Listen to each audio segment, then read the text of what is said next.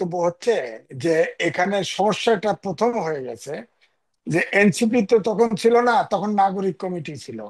তখন কিন্তু বক্তব্য ছাত্রদের পক্ষ থেকে কম্পিটিশনে কে কত হিরো এই ধরনের বক্তব্য দেয়, সংবিধান পদদলিত করা হবে, সংবিধান ছুঁড়ে ফেলা হবে, এইসব বলা হয়েছে। তখন যখন একাত্তরকে গুরুত্ব দিবেন, তখন এই সংবিধানকে বেশি ধরে আপনি সংস্কার করেন যত খুশি। 17 বার সংস্কার হয়েছে, এই সংবিধান অ্যামেন্ড করা হয়েছে। আপনি আরো করেন, চেঞ্জ করেন। যেমন 70 অনুচ্ছেদের কথা বলা হয়েছে। 70 অনুচ্ছেদ নিয়ে তো এখন সংস্কারের বিতর্ক নাই। কারণ বলা হয়েছে যে 70 অনুচ্ছেদে শুধু অর্থ বিল ছাড়া, অর্থাৎ নো কনফিডেন্স ভোট ছাড়া আর বাকি সব 70 অনুচ্ছেদ করতে পারবে এখন। এটা তো তো সব দল একমত হয়েছে। তো এটা তো সমস্যা নাই। সমস্যা এখন যেখানে আছে সেখানে হচ্ছে কয়টা প্রধানমন্ত্রী থাকবে, কয়টা প্রধানমন্ত্রী থাকবে। সেখানে অন্যরা সবাই বলছে 2 টার্ম থাকবে, এরপরে আর আর থাকতে পারবে না। বিএনপি বলেছে 1 টার্ম গ্যাপ দিয়ে আবার একবার থাকতে পারবে, এইটুকু বেঁধে আছে। তা আপনি যদি, হুম। আমার কথা হচ্ছে অন্তর্বর্তীকালীন সরকার যদি আন্তরিক হয় যে দ্রুত নির্বাচন দেব, তাহলে এইটুকুর জন্য তো আটকে থাকার কথা না। উনি সবাইকে নিয়ে বসলেই পারতো। উনি আলাদা একটা আর আপনার কমিটি করছে, আবার আলাদা আলাদা হিয়ারিং দিচ্ছে, অর্থাৎ টাইম কিল করা, অর্থাৎ 5 বছর আজীবন থাকার একটা ব্যবস্থা করা। উনার তো নির্বাচন দেওয়ার ইচ্ছা আছে এটা মনে হয় না।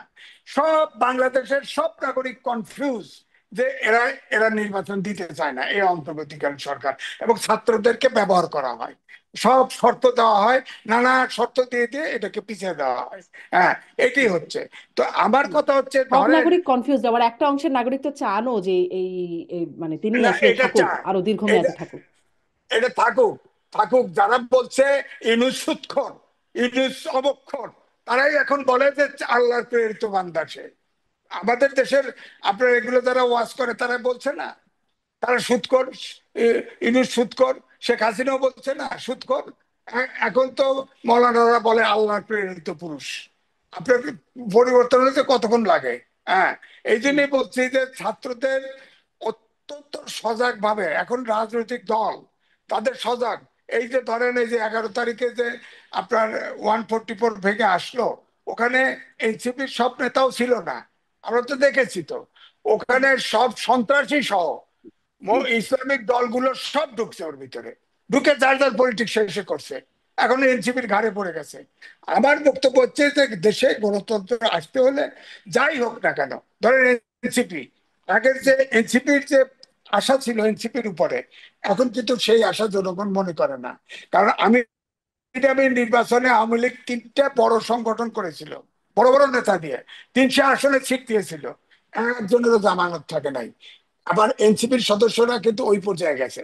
যেমন আমার জি। থানা পাবনার সাতিয়া, সেখানে কোনো এনসিপির কমিটি করার লোক পাওয়া যায় নাই, তখন শিবিরের লোক দিয়ে সেই কমিটি করে দিছে। আমি রাজশাককে দিচ্ছি।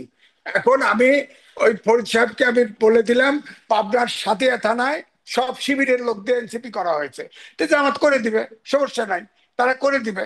কিন্তু বাস্তবিক পক্ষে তো ভিন্ন চেহারা। এখন এই জন্য যদি আমি বলতে, কথা হলো যে তারা স্বাধীনভাবে চলা উচিত। তাদের শক্তি কমে আসছে, যতই বলেন, সংখ্যাও কমে আসছে। এখন তারা তাদেরকে ব্যবহার ডক্টর মোহাম্মদ ইউনূসও করছে, কায়দা করে করে ইসলামিক দলগুলোও কিন্তু করছে।